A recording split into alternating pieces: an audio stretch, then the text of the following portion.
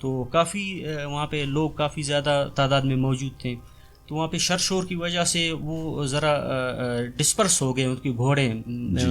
وہ پھر جب درمیان کے لوگوں نے فیصلہ کیا تو رامین کہہ رہا تھا کہ گوارم لاشاری کا بیٹا کہ میں جیت گیا ہوں, اس کے ساتھ جو بندے تھے. جی. اور چاکر کا بیٹا جو ریان تھا, وہاں پہ موجود لوگ انہوں نے کہا کہ یہ جیتا ہوا ہے. تو یہاں سے جب یہ ناراض ہو کہ رامین لاشاری جب جا رہا تھا تو رستے میں گوھر جتی کے جو مال تھے وہ ان کو نظر آئے, تو انہوں نے مال تھوڑے سے ذبح کر دیے, کچھ کو مار دیا. اچھا. تو مارنے کے بعد جو وہ اپنے گھر پہنچا تو وہاں تو گیا. وہاں سے پھر کچھ عرصے کے بعد میر چاکر خان رند اسی علاقے کے وزٹ پہ نکلے تھے سیر کے لیے. تو وہاں پہ انہیں پتہ چلا کہ اس طرح کا معاملہ ہوا ہے, گوارم کے بیٹے نے جو ہے وہ ہمارے بلوچی میں کہتے ہیں باہوٹ, ہاں, جو خاتون میری پناہ میں آئی تھی تو اس کے مال کا کافی نقصان کیا اور اس کے علاوہ اس کو نقصان پہنچایا ہے. تو اس نے پھر فوراً یہ حکم دیا کہ آپ اپنے مال اور مویشی کے ساتھ آپ یہاں سے کوچ کر کے جائیں, سنی شوران یا جو کوئی سیب علاقہ ہے وہاں جائیں. تو اس کے بعد پھر ان کی یہاں پہ جھڑپیں شروع ہوئی جو یہ خانہ جنگی تقریباً 30 سال تک چلتی رہی. جی. آپ نے باؤٹ کا کہا کہ باؤٹ مطلب بلوچ ہمارے ثقافت میں کوئی پناہ کے لیے آئے, چاہے وہ آپ کا دشمن ہی کیوں نہ ہو. اگر آپ نے انہیں پناہ دے دی, اگر آپ نے پناہ دی تو وہ ایسے سمجھو آپ اپنے پورے تن دھن آپ سب چیزیں اس کے لیے قربان کر دیتے ہوں. بلوچ سماج میں خاتون کا بہت بڑا ایک مقام ہے. ایک تو خاتون, پھر اس کے علاوہ باہوٹ ہو تو باہوٹ کی کافی مطلب زیادہ رسپیکٹ ہے بلوچ سماج میں.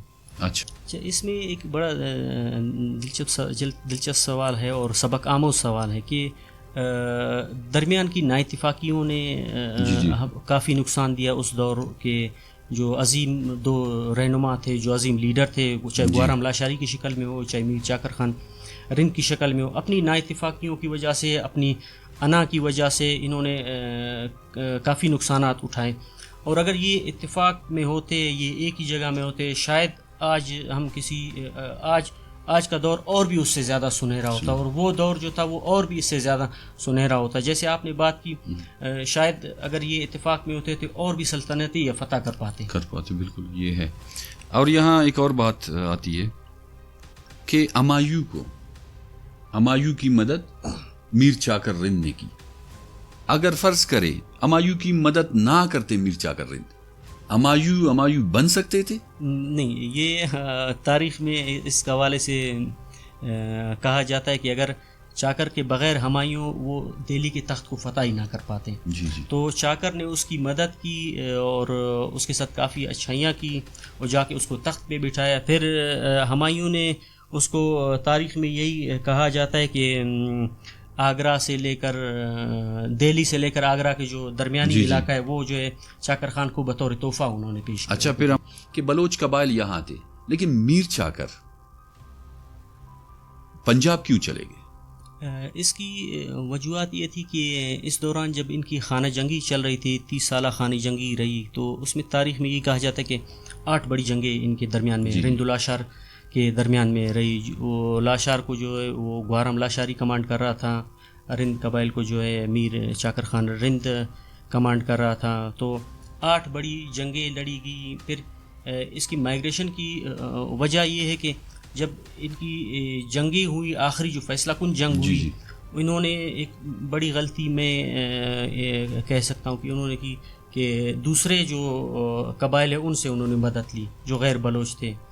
چاہے وہ سندھ کی شکل میں ہو چاہے یہاں پہ ارغون کی شکل میں ہو. تو ان کے ایک دوسرے کے آپس کی نااتفاقی اور آپس کی جنگ کی وجہ سے وہ آ کے یہاں پہ قابض ہوئے. اور سبی پہ بھی ارغونوں نے پھر آپ کا قبضہ کیا. تو قبضہ کرنے کے بعد پھر چاکر یہاں سے مائگریٹ کر کے آپ کے پنجاب چلے گئے, ملتان چلے گئے. تو بڑے افسوس زدہ حالت میں وہ, اور گوارم لاشاری بڑے افسوس زدہ اس میں پوزیشن میں وہ گئے کہ ہم ایک بہت بڑی طاقت تھے, ہم ایک بہت بڑے جاگیر کے مالک تھے, اور کافی ہمارے ساتھ انسانی جو سپورٹ ہے، ہیومن ریسورس جس کو ہم کہتے ہیں، ہمارے ساتھ کافی تعداد میں ہماری فوج تھی. جیسے آپ نے بات کی کہ 40,000 فوج ہونے کے باوجود بھی ہم کیوں اتنے پسپا رہے ہیں. تو مین وجوہات یہی تھی چاکر خان رند کی کہ آپس کی جو لڑائی، آپس کی نااتفاقی کی وجہ سے وہ یہاں سے مائیگریٹ کر کے گئے. یہ افسوس زدہ ہوئے ہیں کیونکہ آخر میں یہ تھا کہ گوارام لاشاری جب وہاں سے افسوس زدہ حالت میں وہ یہاں سے جب انہوں نے اپنے مال کو مرتے ہوئے دیکھا، اپنے لوگوں کو مرتے دیکھا، وہ چاہے میر چاکر خان رند کی شکل میں ہو، چاہے میر گوارام لاشاری کی شکل میں ہو، کافی افسوس زدہ تھے. دونوں طرف سے مایوس تھے، دونوں طرف سے انتہائی افسوس زدہ تھے دل میں کہ ہم سے بہت بڑی غلطی ہوئی. تو گوارام لاشاری کی آج تک تاریخ میں یہ کہا جاتا ہے کہ اس کی قبر کا پتہ نہیں کہ اس کی قبر کہاں ہے. اور اس کے ساتھ جو قبائل موجود تھے وہ سارے قبائل کوئی سندھ کی طرف ہجرت کر کے گئے، آباد ہوئے، کوئی یہیں بلوچستان میں آباد ہوئے، کوئی پنجاب میں ہوئے، اور کافی وہ کہتے ہیں کہ درپدر کی زندگی انہوں نے گزاری کچھ مخصوص ٹائم کے لیے. اور اسی طرح جو رند قبائل تھے کچھ یہیں پہ آباد ہوئے، کچھ پھر یہاں سے آپ وہ کہتے تھا کہ آپ کسی نئے جگہ میں جاتے تو آپ کے لیے کافی مشکلات ہوتی ہے اپنی زندگی کو واپس اسی پاور پہ لانا، اسی جگہ پہ لانا. اسی طرح پھر وہ جب یہاں سے مائیگریشن کر کے گئے، کچھ پھر ان کی جو قبائل تھے ان کے ساتھ تھے وہ یہی مختلف علاقوں میں آباد ہوتے گئے. اچھا، تو یہاں آج ہم اپنی پوڈ کاسٹ ختم کرتے ہیں. اس سلسلے کی کڑی یہاں ختم کرتے ہیں، لیکن انشاءاللہ آئندہ پروگرام میں ہم اس بارے میں مزید بات کریں گے.